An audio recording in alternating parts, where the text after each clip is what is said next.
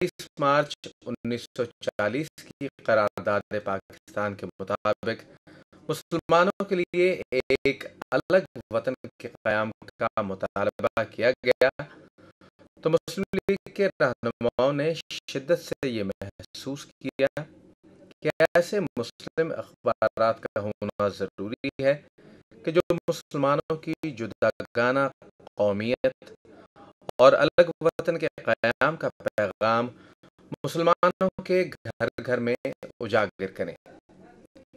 यही वजह थी कि 1940 से लेकर 1947 तक ऐसे मुसलमान अखबारात मंज़र-ए-आम पर आए कि जिन्होंने मुस्लिम कौमियत और पाकिस्तान के क़याम के लिए भरपूर किरदार अदा किया। इन अखबारात में नवाए वक्त, डॉन और पाकिस्तान टाइम्स सर-ए-फ़हरिस्त थे। क़याम पाकिस्तान के बाद प्रेस क़वानीन की तादाद 12 थी। ये क़वानीन बरतानवी अहद में लागू किए गए थे।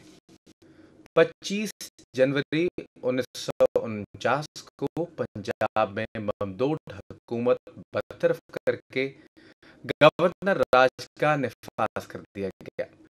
अंग्रेज गवर्नर के हाथ में पंजाब की हुकूमत दे दी गई, तो उसके खिलाफ अमरोज़, नवाए वक्त और पाकिस्तान टाइम्स ने भरपूर अंदाज से मरकजी हुकूमत के इस इक़दाम के खिलाफ एहतजाज किया और इदारिये भी तहरीर किए। पंजाब में दौलताना साहब की हुकूमत बनी। उन्होंने सबसे पहले नवाए वक्त अखबार पे हाथ डाला। दौलताना साहब को उसकी आज़ादी पसंद ना आई और उन्होंने अपनी वज़ारत आला के दूसरे रोज़ ही नवाए वक्त को बंद कर दिया। मोची दरवाज़ा के जलसा में उनसे पूछा गया कि दौलताना साहब आपने दूसरे रोज़ ही नवाए वक्त बंद कर दिया, तो वो कहने लगे कि मैं तो हैरान हूँ कि मैंने एक दिन सब्र कैसे किया, मैंने पहले दिन क्यों ना बंद कर दिया।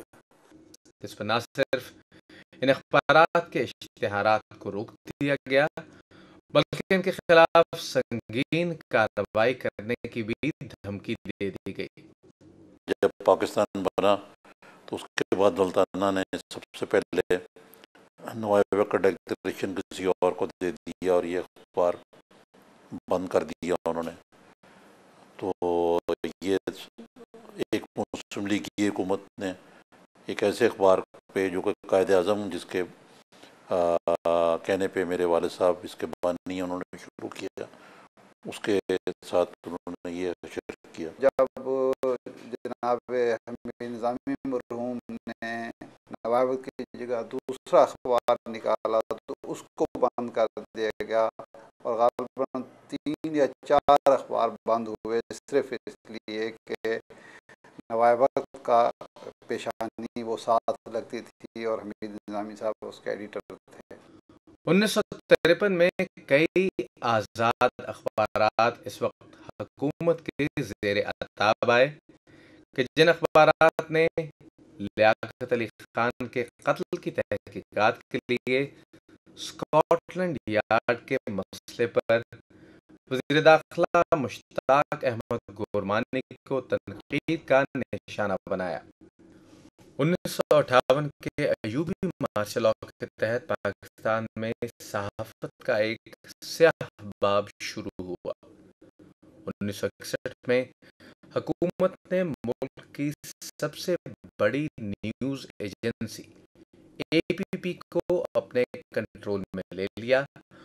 उन्होंने आते ही एक प्रेस ट्रस्ट बनाया और बहुत से अखबारों को जिनमें पाकिस्तान टाइम्स, इमरोज़, मशरिक ये सब शामिल थे, उस प्रेस ट्रस्ट में शामिल कर लिया और वो सरकारी अखबारात बन गए। तो इससे आप अंदाज़ा लगा सकते हैं कि पाकिस्तान में आज़ादी सहाफ़त के नाम की कोई चीज़ नहीं है। फील्ड मार्शल अयूब खान का जो दौर था उसमें प्रेस एंड पब्लिकेशंस ऑर्डिनेंस आया और ये काला कानून था, इसलिए कि इसमें डिक्लेरेशन का जो हसूल था उसको बहुत मुश्किल बना दिया गया। और उसके साथ ही साथ ये कि अखबारात के खिलाफ जो कार्रवाई होती थी वो इंतजामिया को उसका हक हासिल था, तो होम सेक्रेटरी कार्रवाई कर सकते थे और होम सेक्रेटरी ही के पास अपील होती थी। इसके तहत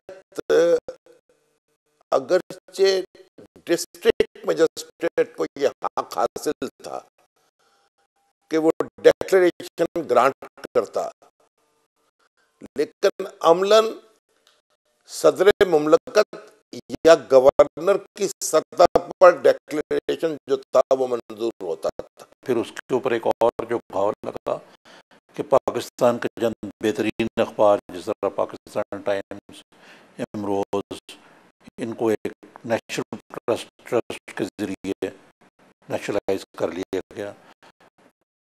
उसमें बाद में मशरिक भी शामिल हो गया, मॉर्निंग न्यूज़ भी उसमें था, ईस्ट पाकिस्तान का पाकिस्तान ऑब्जर्वर भी था गालिबन, जहाँ तक मुझे याद पड़ता है।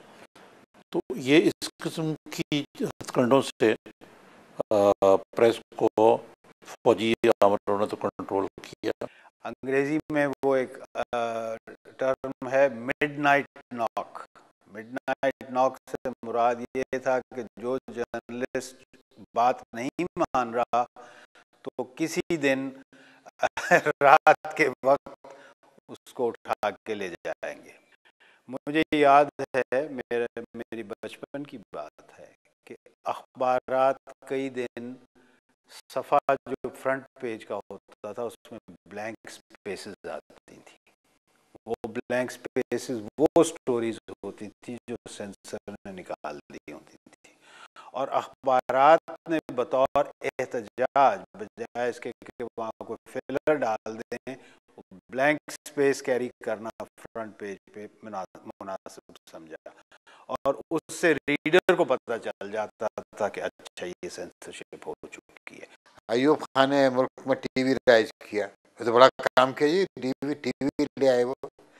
लेकिन जब आप ये याद करें कि वो टीवी क्यों लेके आए थे, नहीं तो आपको पता लग जाएगा कि उनकी नीयत क्या थी।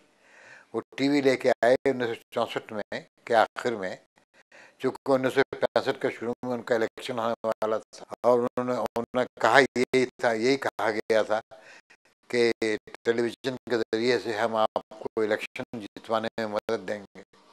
1965 के इंतखाबात में जिन अखबारात ने अयूब खान के मुकाबले में फातिमा जिन्नाह का साथ दिया, उनको मगरबी पाकिस्तान के गवर्नर नवाब ऑफ कालाबाग का अताब सहना पड़ा।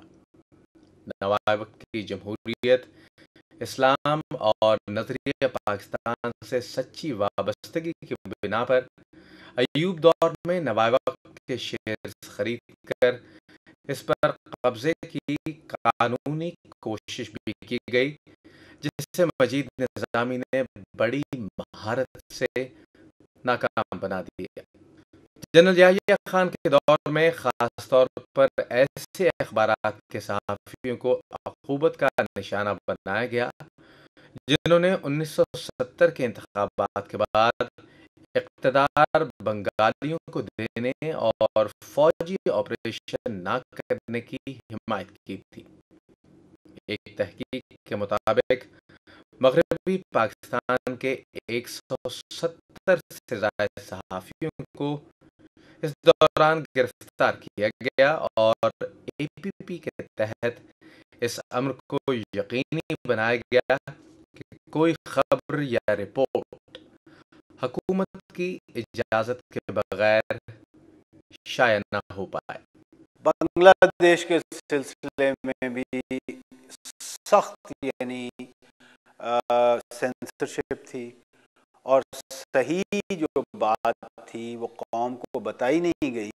चुनांचे 16 या 17 दिसंबर को जिस दिन सरेंडर हुआ ढाका में 1971, तो लोग हैरान परेशान थे कि ये क्या हो गया, क्योंकि सही इत्तला ही नहीं दी गई।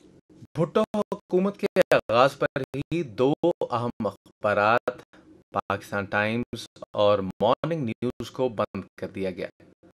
भुट्टो साहब ने भी इसके बावजूद कि वो एक तहरीक के जमहूरी तहरीक के ज़रिए बरसे इक़्तिदार है, उन्होंने भी बिल्कुल बर्दाश्त नहीं किया आज़ादी साबत। तो कई अखबार बंद हुए, कईयों के डिक्लेरेशन कैंसिल हुए, कई सहाफ़ी पाबंद सलासल हुए। भुट्टो साहब ने वादा किया था कि मैं प्रेस एंड पब्लिकेशन ऑर्डिनेंस 1963 ख़त्म कर दूंगा। जब उनकी हुकूमत आई 1971 के आखिर में, और 6 साल उन्होंने 1977 तक हुकूमत की है,